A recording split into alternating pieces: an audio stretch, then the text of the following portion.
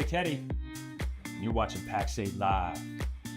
Core values are not aspirational. Core values is who your company is. Always be in a hiring process for when the right person comes along. And nearly every single time, the business has shown up because the right person was already there. The best things that I am highly encouraging of is having an MSA with very clear language in terms of where your liability lies. Take an opportunity in these quarterlies to say, gosh, if we did everything right, what does a quarter from now look like? Hey everybody, welcome to Technically Unraveled. Thank you for taking the time today. It's good to see you. We've got a ton of things coming to you here soon, so you don't want to miss out. There's a couple things that are new that I really wanted to just kind of pick your brain on. They're worried about the risks. What are they taking on? We have so much fun doing this show. My wife and I actually won a dance contest. We've got to have a dance-off on PaxAid Live. I think that's what we need to get going. Digital transformations are changing our view of what's possible, what we can accomplish, and how far we can go. In the PaxAid marketplace of the future, AI helps illuminate new opportunities, and your whole portfolio is within reach. You can go to market faster, work more efficiently, and accelerate your success, all with an intuitive interface designed to scale as you scale. Infinite growth is possible in the new PaxAid marketplace.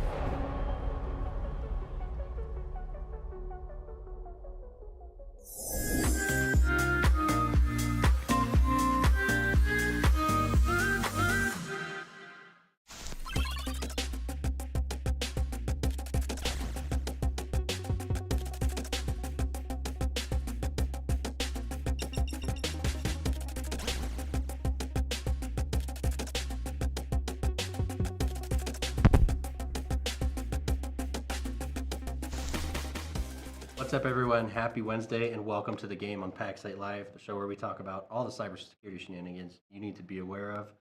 Episode 2 of the reboot on Wednesday. In case you haven't noticed, we are at PaxAid HQ in the studio with all the fancy lights. So let's get Matt in here. Let's just talk about the new show. We're gonna have our guest Rodney Gillette on later, but we just rebooted the show, and it just worked out that we in the studio. Yeah, in studio. In studio. Synchronous communications, face to face. Yeah. I don't even have to turn my head. I can see you out of my left eye, Dom. This is perfect. I don't have that talent. It comes with the split eyes thing. Yeah. But no, we're here. I'm excited about it, and I want to dig in also. If you haven't caught the show in a while, we are rebooting it. I feel like the world is shifting from people needing to understand the concept and getting this rhetorical understanding of where we are to people demanding to understand how to do it and understanding the more finer points of it, which I think is actually really good. So we're pivoting. We want to make this show more technical. Dom, you're a technical human. You come up from the technical world and live in the technical space, as am I. And so we're trying to make the show more and more, tactical and operational and things that you're actually going to need to learn and do. And so to that point, we're also pivoting and changing the show a bit to be one play. Right? We're on the game, so why not have plays? And we're going to have one play per show. We want to know what is that one theme that we're talking about that you can take away and do. We got that quote from Wes for one big thing. Sure. We just stole from him. One play. Yeah, one play. It was a big quote. It was great. Yeah, it was great. But you're not wrong. And so we're going to try to do that, and we want you to hold us to make us honest to that, keep us accountable, and ensure that we're staying technical and tactical. What's the topic about today, Dom? What are we going to chat about? Today we're going to chat about pen testing. What is pen testing? Why would you get a pen test? We're going to tie it to CIS like we do everything else. Sure. And it should be a good show. Like, we have a lot of good concepts. We have some epic fail AI generated images. Sure. It totally makes it fun. But really get into the why and the what and the how. Yeah. And I think we'll explore how anyone watching could start to ease into this with automated pen testing. And it does dive into one thing that I've said on stage many times, and I say all the time, which is, if you were putting yourselves in the shoes of an American football coach, and you're at a very high level, and you hear your defensive coordinator step out on the field and say, you know what? I've never watched a single play of football from an offensive perspective. As a matter of fact, I'm still, with that said, not going to allow a single yard or a single down. you would laugh them off the field. It would be preposterous, right? There's zero chance of that being viable. Why? 2 reasons. One, it's never realistic to think I'm never going to lose a yard in football. That's the nature of it. It's to not lose more downs and hopefully not lose more sets of downs in which people score on you. Right. But in the same breath, in order to stop someone from doing something, you have to know they're capable of doing that. If you weren't able to understand what a lateral pass was that was allowed, or if you weren't able to understand that, maybe that quarterback can hand it off to somebody else and they can throw it? What? Yeah. If you don't understand those rules, then how are you ever going to defend? Right. And so yet we stand as defenders so often, and this is my personal ethos, that we stand as defenders so often as that coach. Oh, yeah. Saying nobody's ever going to get me, bro. And absolutely saying, hey, I don't need to understand offense. That's why I've got cool tools and toys and shoulder pads that stop that guy. Right. It's not how this works. Right. It's not the shoulder pads. And so we Well, want that shocked Pikachu face when they do get pwned, right? They're all surprised. And it's like, what did did you just make a meme, an actual verb sentence or a sentence structure? I did. I just want to make sure I understood it. Yeah, I got it. I saw important. the meme. Yeah. And I've had those calls where it's like I thought I had everything under control. Yeah. And imagine being the football coach and the entire rule book changes every day. Yeah. Right. Like that's where we're at. And so we're saying, if that was the case and you now are saying, I don't even need to understand adversarial or things there, then that's ridiculous. And so our one play today is this sentence: prepare for your world and prepare for your protection and your pen tests and all the things you're doing, thinking like a red teamer, right? Think, how is someone going to attack me? My grandfather used to have a statement. He said, son, there's no such thing as a fair fight. He said, don't jump me in a rock pile. I'll sure as hell pick up a rock. Yeah. And so we talked about this in Living Off the Land tools, right, in Lottle yesterday. And so I want to continue that theme today and talk about thinking like a red teamer, thinking like you are under attack as our one play, and then start to use that as you approach other things in your life. So that's our goal of what we're going to talk about. But before we get to our shenanigans and chatting with our awesome guest, Rodney, let's go ahead and get some wise words from Robin Harris, who we never leave behind when we see her on the side of the road. Are you ready?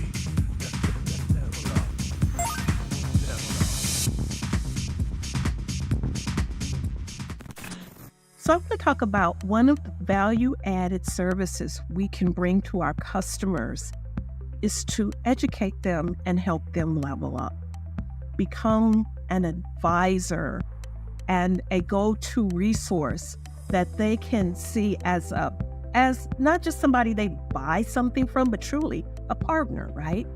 And when we educate our customers, it's kind of self-serving. It's a little bit sneaky because sometimes by educating them, it allows us to serve them better. It allows us to do more for them when they're able to do more for themselves.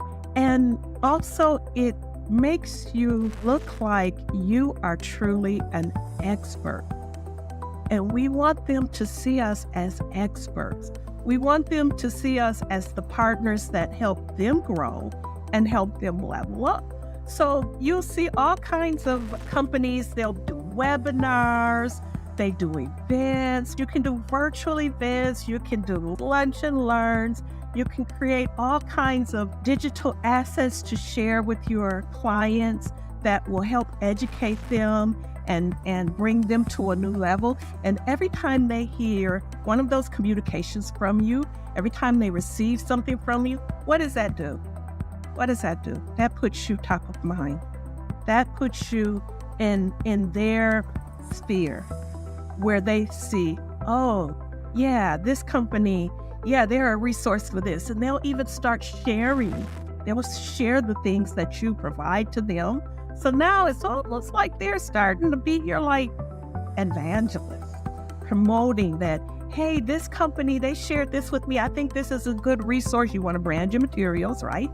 And it's just a very powerful way to add value and to make everybody keep step, because it doesn't really help as much if you're leveling up, but your customers are staying down here.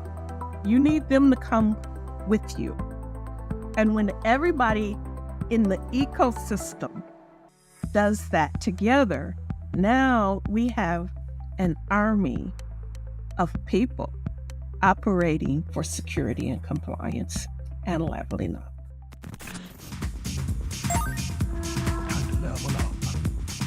level up. Love me some Robin Harris. Yeah. What else are we gonna say? Yeah, like 100%. Yeah.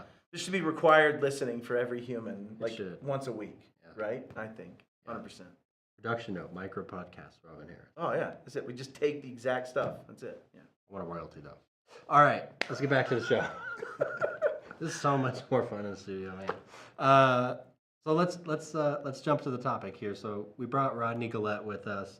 Rodney lives in this pen testing space. Does it for all kinds of folks. You know, we were talking before the show, and he said anyone, as long as you have an IT department. So, Rodney, welcome to the show. Thank you, Tell fellas. us who you are. Tell us about yourself. Yeah, I'm glad to be here. I'm an Air Force veteran. Just celebrated Thank my you for 20 your years. service. Thank you, man. Appreciate it. Freedom's not free. Snap on that. Use left hand snap. Yeah. Just that skill. just got through celebrating my 20th anniversary to my beautiful bride, Iris. Oh, that's who's awesome. a retired Air Force. Congrats. So love you, babe. Love you. And Did you hey, just kids. come to this whole studio to show us up? Yeah, yeah, thing? yeah. All right, When you got the mic, you give It's your all wife good, love, man. man. It's That's all what you're good. supposed to do. I'm good with it. You're supposed to do that. Yeah, but I've been here 9 years in Colorado Springs and been doing pen testing for a while, and you know, it's been changing the lives of these companies. Yeah. Because it's just exposing things, like you said with the football announcement. Like, you know, they don't know that a lateral pass could be done. And this is like the IT directors and the CISOs and the CTOs that don't know this. So imagine the 100%. CEOs that also have no idea that football is even being played. Yeah, right? Oh You man, don't even know. Let's right? unpack that for a second. Man, I mean, I think let's marinate on that. For Yeah, a second. I'm gonna let it chew here for a sec, but 100%. Yeah, 100%. Yeah, so it's been very fulfilling. The companies that we've been able to help have been really great, and then the IT departments that we've been working with have also been very happy that we've been able to show those. Why do you require an IT department? I think I might know the answer, but why? Well, you know, if you are a business and you have like your admin assistant managing all your IT, I don't have to pen test you to tell you that you are exposed. You're probably exposed. So, but if you have taken the time to invest in either having your own internal IT department or you are investing in outsourcing it with an MSP, then I know you at least have that level of understanding that you need to invest in protecting your environment in some way. Now we got to talk about pen testing, which is the extra piece that you may not know. So what you don't realize is you just gave a vote. For anybody that's watching this show, you can go back a bunch of episodes. And 2 years ago, we had Phyllis Lee come on to defend why is CIS 1818. And her and John Strand on separate episodes had two very different arguments as to what that answer was. And you voted for Phyllis Lee's, which really is, why would you spend time breaking in if you already know the doors are unlocked? It's wide open. Why would you not wait until you've done all these other things? And so in your mind, you're making the assumption that because they have those externals, those people are at least doing some of those cursory things, and that they're willing to invest in. Is that a fair assessment? That's right. Yes, sir. I would have taken it to be a different reason. My bet would have been that it was because you knew they had the ability to remediate the things you found. But I like your answer better, actually, and I like both sides of that answer. So great to meet you. For the record, Thanks. I'm on Phyllis's side of that argument. Yeah. Just so you know, Phyllis. Only because I think Phyllis is meaner than John Strand, even though she smiles more. Smiles are important. It's a dangerous Usually that's the point. Yeah. Okay, so I'm voting, just for everybody out there, I'm voting for Phyllis Lee on this one. Thank you, Phyllis. But I tease. What you're doing is what I like to think is that checksum balance after people have said you're good. Yes. And you made a comment of people don't even know they're playing football. How many of you are in the audience don't even know a game's being played? That your partners that you do business with, your SMBs that you support, MSPs, how many of them don't know football's even being played or that a game's even being played? I think to your point. So pen test, and this was John Strand's argument. John Strand's argument was, if I bring you a pen test with 5,000 findings in it that I found in 7 minutes, and I'm paraphrasing and also getting it wrong, John, so if you want to punch me later, you're welcome to, then it should be movement to get executive buy-in and to get people's hearts and minds in it. So there's actually an interesting flip of that point. But enough talking. So does it depend on the board? Maybe it might. Maybe that's the question. I've done enough talking. We want to get more technical. We want to get more educative. And so we're going to bring our slides into this. And let's start by bringing up my screen with our one play, which is prepare for a pen test, even a pen test, and really general life, you can insert that, by thinking like a red teamer, right? And I love the hyperbolous. We're going to distract us from the topic. Okay, let's do it. You said general life. Yeah, yeah. So like if I put a lock on my door, Yes. I close the door, Yes. I lock it, and I Yes. make sure the damn door doesn't That's open. valuable. That's red Yes. teaming. Yeah. Yeah, Correct. yeah. Yeah, and it's the And I know same someone that does it, reason by the way. that, yes, the other day I was riding my bicycle with my dad. Yeah. And there was a gate in this very ritzy neighborhood that was blocking off car access, and yet there was a path for you to walk by. And I said, Sure. hey, I wonder if they thought like a red teamer. Walked around the gate, stood They in the light definitely beam, opened the gate. So put you right they in. did not think like No, a they red didn't. teamer. Nope. Yeah. But the point is, if you don't think like how someone's going to attack you, it goes back to what we talked about in the last show, or heck, somewhere I've said it, that we as humans have a positive outcome bias. Yes. Yes. We by default think that if we go buy that lottery ticket for $1, we're going to get our 40 million, even though the odds are more than the 40 million against me. And correct me if I'm wrong, anybody with data. But let's dig into it. So Like let's go ahead and say, 6 million, I think. what is a pen test? Let's dig into CIS and just say what's its purpose. Control 18, it means it's the end. It has no IG1s, which means there's no first pass of this. There's only a second pass of this, which means you are 35-ish controls in by the time you're back to Well, pen let's testing. dig in for a second, because it's Control 18, it's our last control. Yep, And you don't touch an IG1. That's right. Assuming you're following the IGs as they're written. that's right. Why not? That's the Phyllis Lee argument. Right. If you got this, you've been through 56 of the first set of safeguards. Right. You've been back through a number of X in that again in the second pass. And so by the time you've gotten there, you've already done things like centralized SSO. You've already done things like have unique passwords. Well, guess what? Every pen test I've ever done doesn't play out that way, right? And so when you get to this point, it's making this assumption that you've done the things to teach your guard how to cut on that when he gets cross blocked. Right. You've taught you've done the things you need to do to empower yourself, and you're not just fighting against Michael. I lost my famous and- boxer. Michael Myers? No, that would work. Michael Myers. That works. I'm with you on that. We'll go Michael Myers. And back to the 5,000 findings argument. Yeah. If you give me 5,000 findings and I'm an executive, I'm going to just be overwhelmed. There's That's nothing fair. actionable in 5,000 fair. findings. Yeah. Right? If you're giving me 7 or 8 or 12 actual actionable findings, then hopefully if you've gone through all this or somewhat Yeah. out there, I have actions. I can schedule those actions. I can put them in the POAM. Yeah. And Well, that's and- what's good about the end of it when you have the briefing at the end Yeah. of the pen test. So you sit down with the, Oh, yeah. the cybersecurity professional and the board Yeah. and the executive team and the IT team, Yeah. and we go over the consolidated report. It's got a mixture Yeah. of the executive report and the technical report. But let's put a little hyperbole to this to help people understand. Go for it. Would you rather get set down with that board about breaking into your house? You paid a criminal to break into your house and steal your valuables, okay? And you said, all right, we're going to do our after action report. And that after action report says, found front door unlocked, found alarm not set, found valuables sitting out in the middle of the area, Sure. found cameras not enabled, found guard dog locked in kennel, found shotgun unarmed, found homeowners pre-tied up and pre-handcuffed. What do you fix? It's so broken, it's all there. So now let's look at a different report. Found that the house was completely locked and alarmed, had to take countermeasures to stop the alarm from actually taking action. Found the dog, realized that I need to come back another night, maybe drug the dog, came back, realized that the homeowners were light sleepers. Which one teaches you more about the gaps in your situation? And which one is really just pointing out the things you already had lists to do before? Yeah, like right lock on. the front door was already one of them. Yeah. And set the alarm was already one of them. Yeah, right on. And so my point is, when you think about pen testing, having unique passwords is already one of them. Yeah. Having SSO is already one of them. Having an incident response capability is already one of them. And yet here we find ourselves where that's the findings of a lot of reports. Yeah. And so what is the purpose of it? Let's read this from their own words. To test the effectiveness and resiliency, those are two separate words, words matter, of enterprise assets. Well, effectiveness is how efficacious, how much did it actually do? And resiliency is when that one got kicked over, how well did that next one take over? Yep. Right? Resiliency of enterprise assets through identifying and exploiting weaknesses in controls. And we're going to see this process broken out in pen testing here in just a minute of people, processes, and technology, comma, space. Let's just add this on. And simulating the objectives and actions of an attacker. Yes. I'll give people points when we get to our definitions in a minute. That might be the answer to one of the definitions, right? So that's our pen testing of what is it. Let's do this, though. Let's get some terms out of the way that matter. What is a pen test? Each of us, let's just go. Tackle a term. What's an external pen test, Rodney? That's what I'm hacking you from the outside. Yeah, that's right. That's where I'm taking, and in fact, when I think of external pen test, I'm actually thinking of the terms attack surface and protect surface. Now, I'll give John Kindervag this reference as the person I've heard it from first, which is your protect surface is everything you own. Your attack surface is what you choose to expose to the world.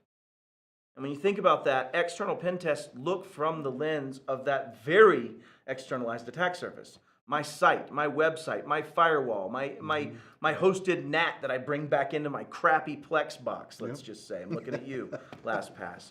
But the point is, when you start thinking about an external pen test, it looks at those things. All right, Dom, what's an internal pen test? What's the difference between an external and internal pen test? I start to understand what I have available to me once I get past layer 0. If you will. I start to understand what that environment looks like in advance. I've always been cautious with these types of tests. I've always wanted an external test. Yep. Because that's where I'm going to start to get punched. But an internal one is super valuable. You're in the environment. You start to identify. You're probably going to more likely to find vulnerabilities in a network than you are off the edge. Yeah. If you click on that shiny bunny in your email. Yeah. This is what's going to happen to your whole enterprise if you click that email. The terminal came up and it said, follow the white rabbit. I was doing what I was told. So this is what an external pen test is. According to CIS, perform external pen tests based on program requirements, no less than annually. External pen testing must include enterprise and environmental reconnaissance, like what can the world see about you? We're going to get into that in a minute. We're going to get into that. I'm using my Project Farm voice. To detect exploitable information, right? I want to look for things that are exploitable. Pen testing requires specialized skills and experience. Ooh, does it? It's interesting. We might get into this. And must be conducted through a qualified party. The testing may be clear box or opaque box. So let's go back to that. I have those definitions. What's clear box and what's opaque box? Anybody want to tackle that? Thinking it's like black box texting. Yeah. I don't know anything it's the about reframing of it from a term. Yeah, I have no idea what I'm getting into. Yeah. You tell me, all right, this is PAX 8. That's all you get. That's it. What about ClearBox by its inverse then? What's ClearBox? I have information on the yeah, network. You gave I know me your the public data. IP address. I know the scopes of your internal network, and I know exactly what to hit and what not to hit. So for those of you that know, I'm doing a project with John Hammond and Tom Lawrence and myself and Jason Slagle and a whole cadre of other companies that we conned into helping us with this. And we are going from a black box, opaque box methodology.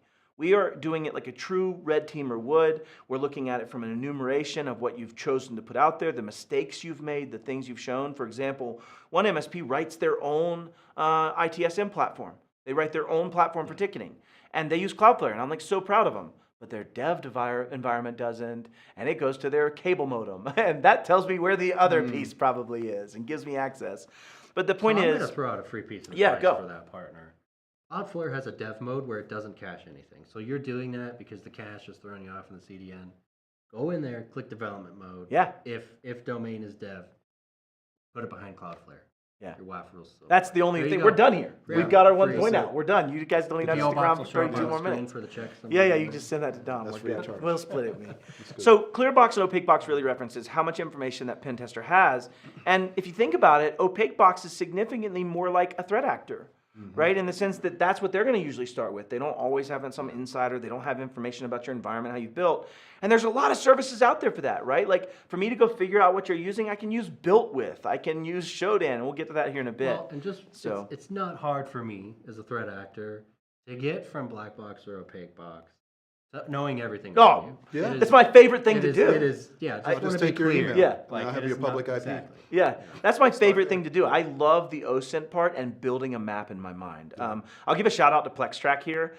For the hackening, PlexTrack was one of the first ones to donate their platform to us. And so we are using that. And what it does really good is help me map out assets. Yeah, it helps me know what are those juicy bits that we're going to get to here in a bit. Okay, so what's red team? I'll tackle that one. Anybody in the audience, go in the chat if you know what red teaming is and how it's different than pen testing. Because in your mind, you would think maybe it's not all that different. And I'll go back to what I feel red teaming definition is. Comma space and simulating the objectives and actions of an attacker. Usually when you hear red teaming, someone is taking TTPs and actions from a known APT or advanced persistent threat group or a known threat group and then emulating them. Why, Matt? Why would they emulate them? Well, we talked about this last week when we talked about living off the land. Sometimes I might start with certutil, get certutil to load something else into, like there's things that I'm doing that you would want to emulate and go, hey, other people's punch like this, maybe I should be able to defend against that, right? And so when we think about what we're talking about with red teaming, it's much more emulation of what is actually happening out there with current threat actors and the way they're behaving right now. Dom, what's enumeration? Enumeration is finding the things and enumerating them. It's a verb. It's fair. It's touche. It's a lot of what you're doing with FlexTrack, right? Yeah. It's understanding what's available, and then once you're Documenting, right, and writing it down. Well, once you pass the edge, you're using. I mean, there's a million tools in Windows. Yeah. That don't trip anything that I'll use to enumerate your environment. 100%. And so that's gathering more information. What's exploitation, Rodney? Just the actual fun stuff, the hacking. I love that you smiled as you said it, because I know exactly what you mean when I'm like, bro, time to send that payload. Yes, I got a shell. I actually, like a little kid one day, I was on Huntress Hackett like 5 years ago. And who was it? They sued me. Okay. There was an anti-malware company that said that we would not be able to get past their anti-malware, and all we were doing is rehashing. It was me and Slagle. We were just rehashing a binary. Wow. Rehashed it. I run it, and like a little schoolgirl, like, I got a shell. Like, I was like so excited because it actually got past it. I was like, what? The guy left the room immediately after it started making. Yeah, right on, man. It happens. Okay. Well, then we'll tackle a couple more. What about purple teaming, Dom? What's purple teaming?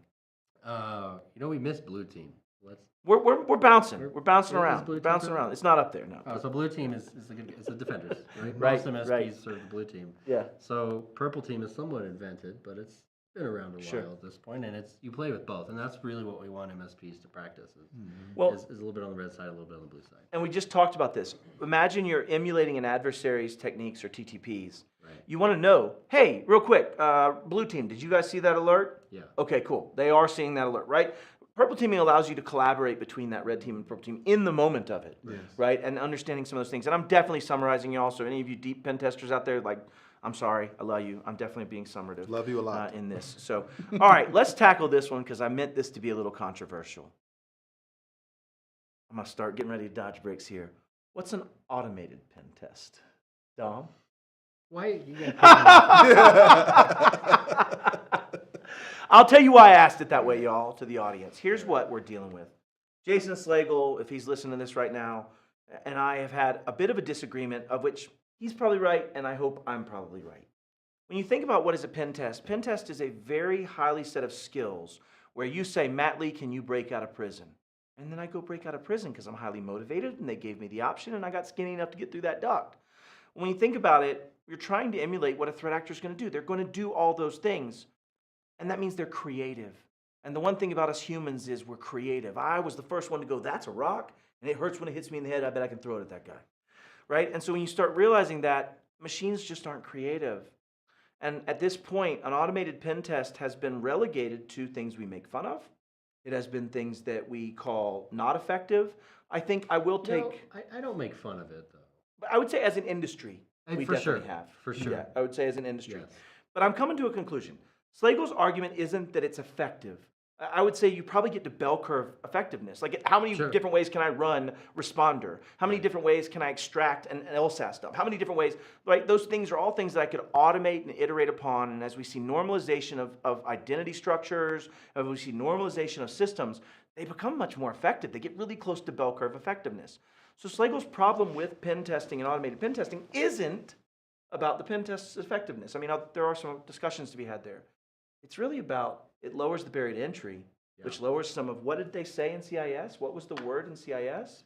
They said specialized knowledge, right? That people have to have specialized knowledge. And as we get into that understanding of an external pen test and internal pen test, it's that's being closed. What are your thoughts? And go. So your copy, I got to get my quota for AI. Okay, you're going to use it a few times in this one? So your copywriter. We love you, AI overlords. Your copywriter starts using AI, and they write copy much faster. Sure. Twice the copy in a week they wrote before, and they've got to fix the hallucinations and the and they still have that skill, absolutely 100%. But I've seen automated pen testing platforms applied a lot. It's just a force multiplier. I can do more pen testing, and I think it depends on the depth of the engagement that I'm working. Yes. Right? Because pen testing can be, let me put on an orange vest and a hard hat and see if I can get into your Physical office. pen testing. Physical pen testing. Which we may and then do to leave you in a- the hacking, just so you know. I want you to know It's, there may be some physical. I won't be able to do it because I'm pretty recognizable, but maybe other people. He's been watching Master of Disguise. Yeah, We'll yeah. figure it out. I'm gonna have to hide the eye somehow. He's totally a nut for Refraction sure. or something. I don't know. Patch. That was a. So I can help with that. The Yeah. automated piece. You know, I'm an Air Force veteran, and we have exercises all the time. Sure. And we have exercises that happen, you know, more frequently, like weekly, monthly. Sure. And then you've got that one, the big exercise that you run like annually, right? Right. Yeah. And you know, for all of my technical brothers and sisters out here listening, I know there's a sense of pride in being able to manually take all these pen testing tools and run them all individually, or run them as a script, or just build the whole empire and run the hack yourself. I get that, but we're talking about time. sorry. We're talking about time, okay? And time is money. And you're not gonna get a whole lot of companies that are gonna pay you the amount of money that it costs you to manually run all these tools and do a custom creative. I'm a creative, I've been a musician my whole life. You know, a creative pen test like that, it costs a lot of money. So the barrier of entry piece that you talked about, for companies to be able to rely on an automated solution or a provider that can provide that automated solution, it lowers how much that costs. Like, dude, if Microchip and Integris, shout out to Integris, you just got $75 million from the CHIPS Act. Glad you're in Colorado Springs making an investment, but that's advanced manufacturing. They probably want to spend $150,000 to $200,000 on this customized, creative pen test. Right. Well, now you're at the point of it, and this is where my heart is on this. When you read CIS 18.1, it says create a pen testing program, and it has a lot of words afterwards, and then comma space, commensurate to the size and complexity of the organization. Copy that. And I think the point that we're really getting at is, if you find in your pen tests all the time broken passwords, broken authentication, failed setup, poor configurations, SMB1. all of those things, and we're saying, wait till you can spend money on a high-end pen test. I think there's value in this for these lower complexity organizations that are failing at the basics to see where they would have been punched. Okay, I'm done with my diatribe on this. This is one that you're going to hear me talk about a lot. And the reason I brought it up is we are going to be using some automated pen testing platforms in the hackening to do a bit of a bake-off, to understand, do we get near bell curve efficacy, right? 85, 90% efficacy in the first 30 minutes when it would have taken us 40 hours over here? Okay. Maybe there's some value to this in a greater good conversation. Okay. Let's have the business conversation. 2 seconds. The business conversation. If I can run 7 pen tests at once, my EBITDA is probably bigger than the dude that can do one. I'm just saying. It's true. Yeah, Just saying. it's nice. You know. And you can, it takes shorter time. Yeah. Yep. And you can plan them out. I do 2-week engagements. Yeah. Yeah. And that's over promising, and I don't know, whatever. I know what you meant, the positive side. Yeah, the positive side of it. Yeah. I'm usually done with before 2 weeks. All right. So what are some of the, keeping us on track, what are some of the parts of a pen test? No matter which way we're doing this. Well, we saw some indications from Phyllis Lee and team in 18 that already set the stage for this. Planning and scope. What is scope? Dom, you're in pro services. What is scope? So important. So my whole Okay. department literally only does scopes. That's our whole. If you do not scope whatever, right? I don't care if you're migrating a mailbox, getting a sidewalk poured. It doesn't matter. If you don't scope it right, nobody's made any promises to each other. That's right. But in a pen test, especially if you are getting the big fancy pen test, if you don't scope it right, and you say you can, if I tell you you can do whatever you want on my network, you're a hacker. You're gonna have a good time. And none of my people are gonna get work done, or we're gonna get into regulatory hot water, or we're gonna have to have awkward legal conversations. So Might have somebody suing me from Microsoft, or right? Perhaps. Sure. One of the things that was funny, I was with my wife. My wife's doing a lot of the OSINT gathering for the Good hack. job bringing up your wife. By the way, I've been married 22 years. I won't go I know, hard flex brother. on you. Okay, you know, all right. Yeah, so no, yeah. Congratulations. So my wife is doing some of the OSINT gathering for these companies, and C names aren't something she's familiar with, right? She's not super techie. She hasn't lived in that understanding of DNS world. Well, she came upon one and said, "Yep, I'm writing this one down. This is an A record that we need to look at." And I'm like, "No, that's Halo PSA as a C name." Yeah. And the reason I bring it up is there are certain natural scopes. A company can only authorize me pen testing stuff they own. That's right. There are certain limitations of what I could do to Halo under the authority of somebody consuming it as a consumer. And so when you start thinking about it, one of the reasons that Jason, I think, is right about this gap and barrier to entry is sometimes if those platforms aren't done well, they can allow natural escapement of scope. And that's one of the things that I would just put as a point is scope matters. That's why you have a Yeah. professional. Like you That's- said before, you still got to have a professional, somebody worthy and well qualified and credentialed to run this pen test for Exactly. you. Not Yeah. somebody that knows computers. Yeah, well, there you go. And so that comes to that point. When we talk about scopes, those can be external, internal. Red team to that extension is a little bit different scope, more methodology. Application, right? There are certain pen tests that are just DAST and SAST. Let's go through this. Anybody know what those two acronyms are? Software as a service? Nope. Dynamic application Yep. security testing. And the other one being static. Yeah, 100%. So static application security testing is me testing the code as code. Yeah. Think of companies like Manicode or platforms like Sneak or other players that are looking at the actual code itself as it sits, as it's being written. Get Guardian, things like that. GitHub's Do you own think that protections. MSP or their own ITSM is doing any of that? I know the guy, and I hope so. Okay. I hope so. I was just curious. But I would bet they're not doing dynamic application testing. I bet they're not paying for a DAST. DAST is dynamic application security testing, which is where I put in inputs and try to make bad outputs come out.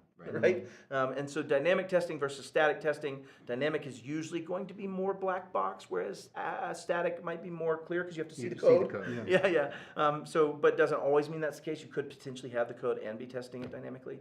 But the point is, scope is the first step. Dependabot on GitHub does a lot of static application testing. Less security, but more static application testing of understanding your software bill of materials. Sure. Right? Sure.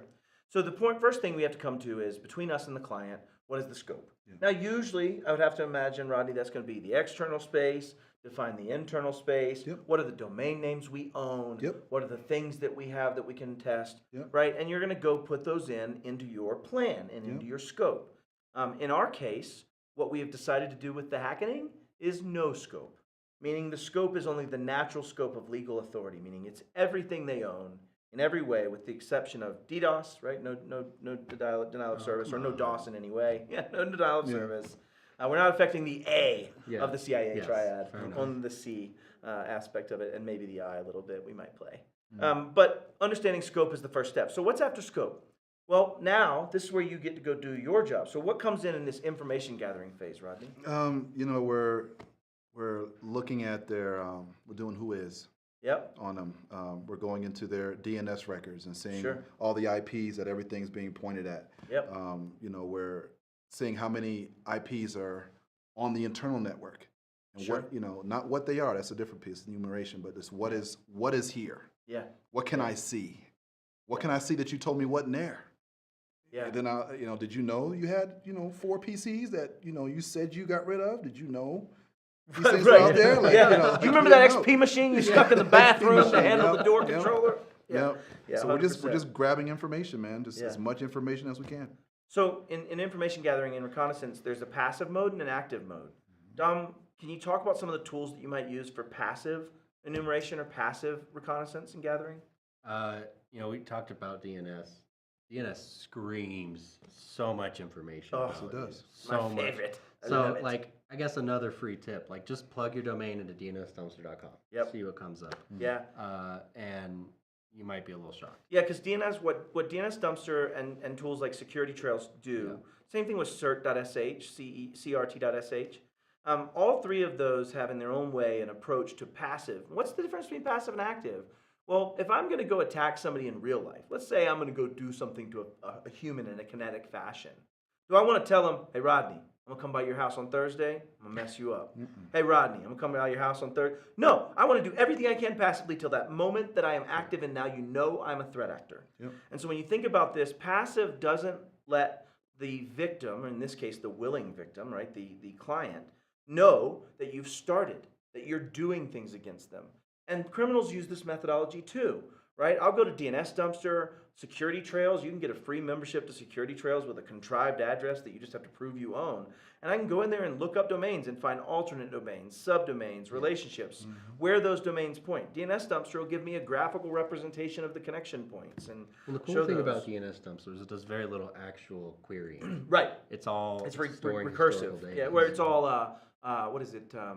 the reflexive DNS. When someone has said, hey, I need this, then all the DNS providers that get that request go, hey, this must exist if someone's asking for it, which it can be poisoned obviously by scanners and all of DNS those has things. some but fair share of it problems. does. But the point is that we're using systems like security trails, DNS dumpster, Spiderfoot's kind of fun. If you've not ever spun up a Spiderfoot instance, you can do it in Chasm very easily.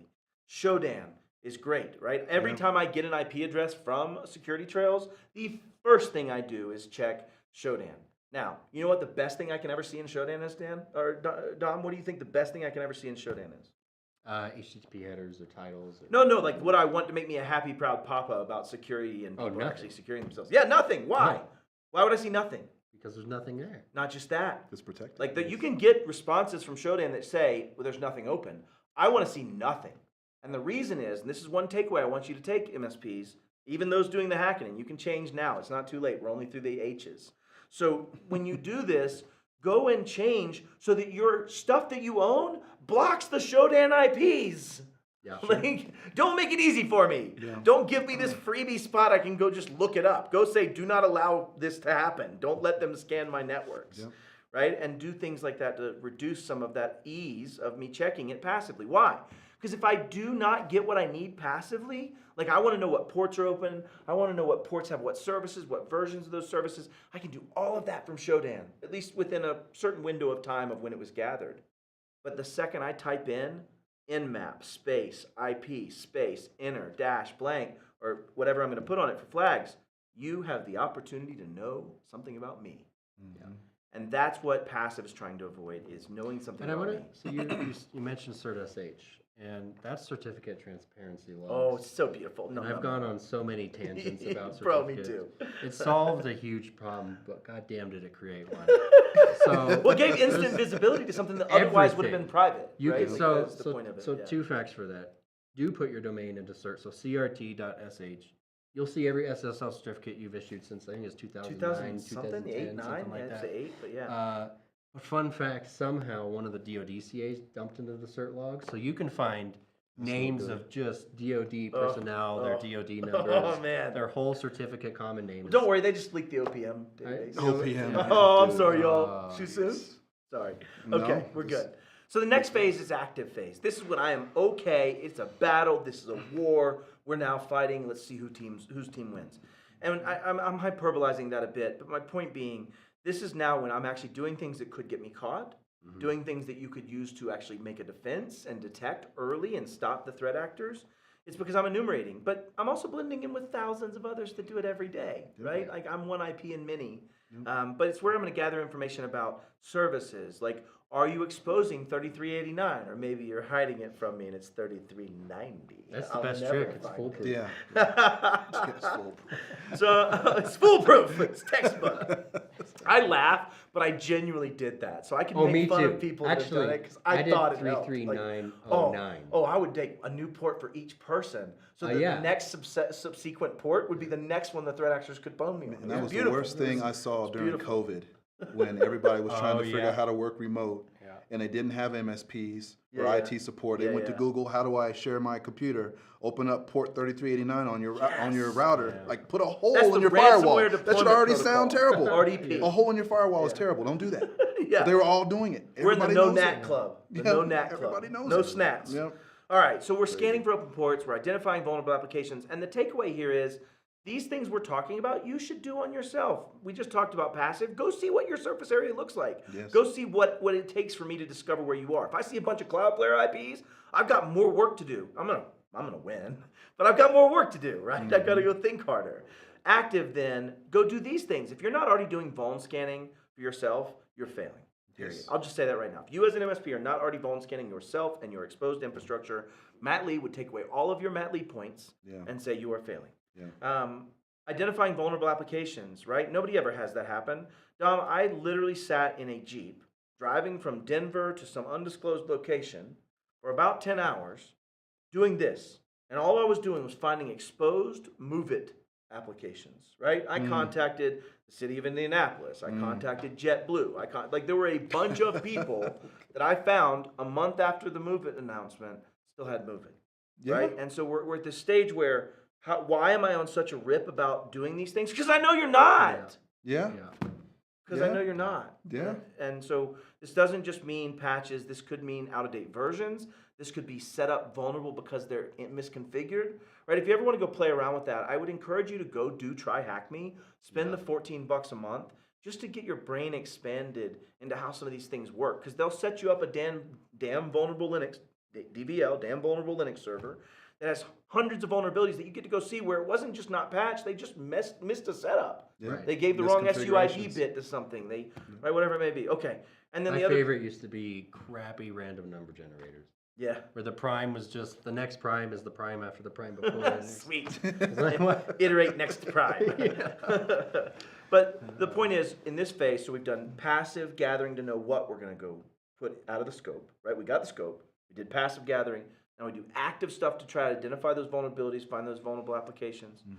Now we're going to do the best part. To This is where point you out, smile. though, so during this phase, as a blue team or as a SOC, it's really difficult to see this as bad traffic. Like, Yeah. you might see patterns of, like, Nmap, right, where it's looking at every single port that it can find. Yep. You might see some of those patterns, but especially if you're hosting a website or an application, second you it turn it looks on. like normal traffic, Yep. right? Bro. Or it looks like all the other exploits. I've been doing these pen tests. I'm on my first client where their IT is actually able to see me running the hack. Early on. Really? All right. Yeah. Which is sad, right? Yeah. Like when you think about it, if I see subsequent ports being accessed at once, it's probably not something using it for legitimate purposes. Yeah. That's a failed Right, abandon like for me. Like, that's I done. could take And I'm it. not FTP even done. scanning Yeah. fast. I'm Yeah. going real moderate speed, so Yeah. it doesn't trip anything. But you know, this is the first one I actually saw for me. that. All the rest of them, like, dude, we didn't even know you were in. Yeah. It's like, yeah, it's probably something you should look at. What's funny is you bring up failed abandon. So I took my PNPT, which is a 5-day exam. They just basically, like you said, Rodney, here's an external company. Get in and then do an internal pen test, right? Nice. And it was funny. They actually had a failure in the way they implemented failed abandon that allowed me to get past. So it was like That's delicious awesome. that it was the banning system that then was Yes. misconfigured for that. Okay, I digress. That's awesome. Okay, so now we're in enumeration. We're gonna exploit. This is when people think about hacking. They don't think about this. They don't think about this. They don't think about this. They think about this. They immediately go towards, I'm a hacker. Me and Dom gonna gang up on one keyboard together. We're gonna type individual letters and we're gonna be hacky, right? Looking I at saw you. it in the Matrix. Yeah, I saw it in the Matrix. It works. This is where we're doing basic things, exploiting vulnerabilities, right, Rodney? Cracking passwords. That's right. Using social engineering potentially to Yes. get past something. And so this is the part where we gain that initial access or initial foothold. And as a pen tester, you're going to try each of these things, right? You're going to look for vulnerabilities. You're going to try to exploit them, depending on your scope, right? You might have a scope that doesn't allow that potentially, but most of them All do. of mine do. Yeah. Okay. Yeah. Well, that makes me very happy. Yeah. So, Yeah, we do the and whole then thing. cracking passwords. You're going to either look for whether it be rainbow tables, whether it be actually leaked passwords themselves, or you're going to be dumping NTLM hashes. You're going to be gaining passwords that you now need to go and crack. And in order to use them to escalate privilege, to gain more access, which brings us into our next piece, which is privilege escalation. Now I've landed on some asset, right? And we think about this as in the terms of assets, because one of my problems with external and internal pen tests is this shift of what is a walled garden anymore, right? An internal pen test means internal Active Directory, Yes, internal yeah, network, that's right. internal machines. Right. What is internal when I sit at Starbucks? What is internal when I don't have an infrastructure anymore? What is internal when I live only in an IDP and SaaS and other extensibilities? What is that model now? And so I think there's some nomenclatural gaps in pen testing a pure play IDP centric environment that we haven't really made ground on yet. The best things people have come up with is cloud configuration check. If you play at the VDPs well, Yeah. combined with your, I mean, imagine getting paid out on a VDP and a pen test. That is actually probably a viable possibility. I don't know if right? it's an ethical Dom's concern, point but- for anybody that's not following is, as a vulnerability disclosure program, some of these companies that are pure cloud have ways to pay Dom when he finds a bug. And at some point, what if I'm finding that bug while enumerating and testing against someone's system? And for most people who don't know, you should definitely, if you are going down this road, take Bo Bullock's Hacking the Cloud course. It's 8 hours, I think, but just so good. But one of the things that stood out to me in that course was a lot of your major platforms like Microsoft, Google, AWS do have set constraints you are allowed to pen test within, even for that in-client environment. Password test, password spraying against your own environment, things of that nature are allowable in certain ways. So, the point I'm making is, what we're trying to do in this stage is gain access, and to the point I made earlier, internal, external pen test. In this model, we are thinking like a traditional network whereby I have compromised that private IP space, and I'm now working within lateralization in that private IP space. Or your Azure environment. There. PrivEsk, maintaining access. We want to install backdoors. You know, when you're doing what you're doing in your testing, do you try to show that you added an account, gained privilege for someone, show that you could create an account? Is that also part of your simulation? Yep. Dude, I've had things where a lot of my findings are with these people's printers.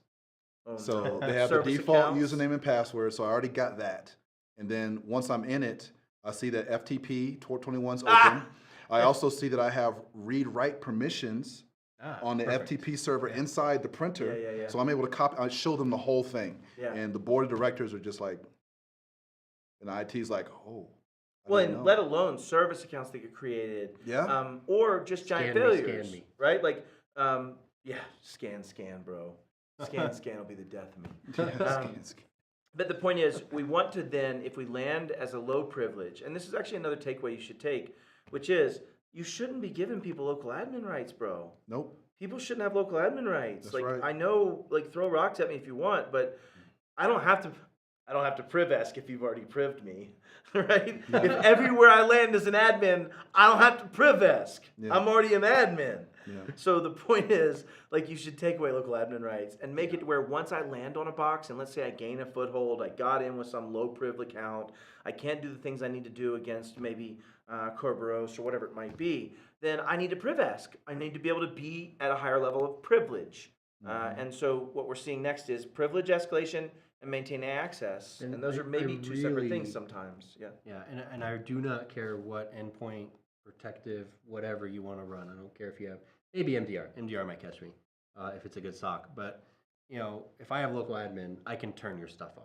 I don't care what endpoint product you're running. That's exactly what I'm going to do. Application whitelisting or whatever. I'll get around it if I'm an admin. And for the MSPs that are watching, not all clients are good clients. You are the expert that they have paid, that they're paying, they should be paying you to manage their stuff. So when you tell them as the expert that you cannot have admin rights, and they have not studied your craft tell you that they know better and they should have admin rights, those are times when you should really consider walking away from that client. Because when they get hacked, because you decide to give them admin rights anyway and do all these things that you know you shouldn't do as a cybersecurity and IT professional, you're gonna be the throat to choke at the end of the day. Yeah. Even though you told them, maybe you'll get them to sign a document saying, I waived the rights because I told him to do this and I know it's unsafe. They will still come after you. You don't want the drama, just let them go. Find clients that will listen and respect your knowledge and help those out. I'm laying there on the surgical table going, Doc, I really like to suture it up myself if you don't mind.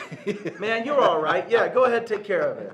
Yeah, I like a lefty stitch pattern. A good friend and attorney who was on this show, Tyler. Oh, yeah. I was in his office once while he was still working with us, and I was talking about a waiver for a totally different situation. And he said, I'm going to write you a waiver to get you out of anything. You're still going to have to litigate it. I was like, Totally story. Mindset. He's like, you'll win, but you're going to court. Yeah, you still got to go through the drama. Nobody wants that. So we've gained and maintained access. And the piece I want to talk about is, as a threat actor, that's what they're going to do too, right? Because there's a lot of people whose persona is just to compromise, get in, and sell it to somebody else to go make the actual ROI and profit out of that, right? Initial access brokers, initial compromise. Back to acting at scale. Maybe that's your automated pen tester. That's the initial. And then and you're not wrong. Actually. Post-paid contingent pen testing. You're not wrong, actually. A post-paid pen test is my favorite term made up by a threat. By the way, I'm not a ransomware gang. I'm a post-paid pen tester. Post-paid pen tester. All right. Once I'm in and I've gained access as a pen tester, I need to prove to you that there would have been a breach. I need to prove to you that there would have been something. So in my case, it's these 3 steps: taking the sweet, juicy bits from the crown jewel chest. Question mark, profit. And to Dom and I, we cannot get it to generate an image of a hacker with multiple screens without pizza. I don't know why, but pizza's here yet again in our picture. But post-exploitation is now when I'm going to exfil. Now, there used to be a time where post-exploitation as a threat actor didn't mean necessarily exfil, right? Back prior to December or so of 2019, correct me on that, it might have been November, October, you didn't have threat actor gangs doing double extortion. Double extortion being, I've gotten in, I've ransomed you, but before I ransomed you, I stole your data, and now I'm going to expose it, which when you think about what is a breach is confidentiality being breached. And taking data is now proving that the data has been breached and touched and taken and been seen by unauthorized parties. And so the point is that part of a pen test will be some type of post-exploitation effort to show that I got in, I got past tools, I was able to do things. It might even be further tests of tools. Perhaps you followed in some of the prescription of Control 13 and you have adequate DLP policies. And we're testing those to see, can I steal juicy bits without you finding it? And what we're trying to really do with pen testing is show all the opportunities and all the data where a threat actor could have been caught, right? And it does get me back to one mention I actually forgot to mention earlier in tools, which is Atomic Red Team. And we'll get into that maybe in the what should I do next as we go to it. Okay, just a minute left. We've gone long on this, I'm sorry. So analysis and reporting, right? So now your job, and this is what I'd love you to expound on. Take me back to that boardroom. What are you showing them in that report?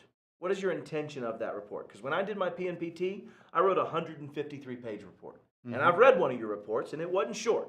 So what are the things you're trying to show people in that? What are we doing in that reporting phase? What's the point of it? So there's different reports. So we have an executive summary, which is better for the board. I didn't send you that one. I sent you the... I got the one I wanted to read with the nerdier bits. Right, so it's got nerdy bits. So the consolidated report is a mix of the executive report and the nerdy bits. And then I have a technical report, which is all nerdy bits. Yeah. And then there's an activity log that shows everything and every time and everything I touched and when I did it and what it looked like. And then there's an evidence file that shows pictures of everything that we were able to see. Yeah. So, with the boardroom, I'm quickly going through the consolidated report. And what's nice, it's got the little bar, shows it was critical. It's like, guys, this is critical. Now you have a visual, it's critical. And I know I'm talking to a lot of non-technical people. So I'll take a couple things that are easy to explain to them. But the conversation with the IT team is the one that's the most important. Yeah. And, and maybe to summarize, and my thought is not to cut off, I just don't want us to run out of time here. Yeah. Maybe to summarize, executives need to see executive things that get buy-in, governance, understanding the major problem. But there's also a compendium that needs money. There's also a compendium that needs the technical findings to say, go turn off LLM&R.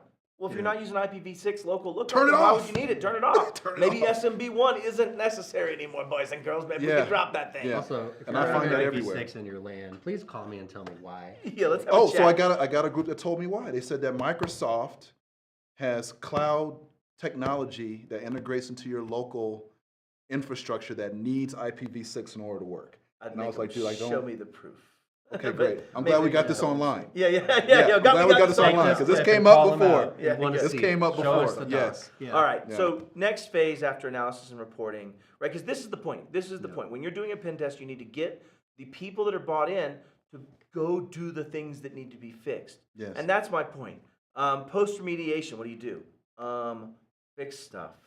Unless you're the pen tester. I don't fix anything. Yeah, that's fair. You don't. That's you retest though, hopefully. Yes, I retest. And that's the point is, my takeaway from a pen test, if you do it right, if you didn't do that spray and pray second methodology, but rather are now doing well-honed, harder pen tests that should surface things that are weaknesses in your controls. Yeah. What is a control? Something you put in place to stop a baddie from doing baddie things. Yep.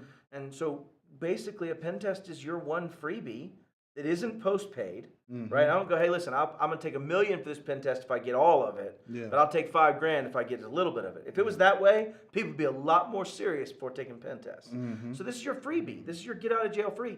But if you don't fix it, you've now given the exact opposite to defensibility. What I mean by that is you have proof that somebody else has in their file system that you knew about something you didn't do and didn't fix it. Yep. That is much different than being ignorant and not fixing it. Yep. And so I would just say, if you are not coming into it, you're going to store that report on that vulnerable file server. And when the threat actor gets you, they're going to publish oh, it. this is what's wrong? Yeah. they'll submit it with your filing to the SEC, right? Man.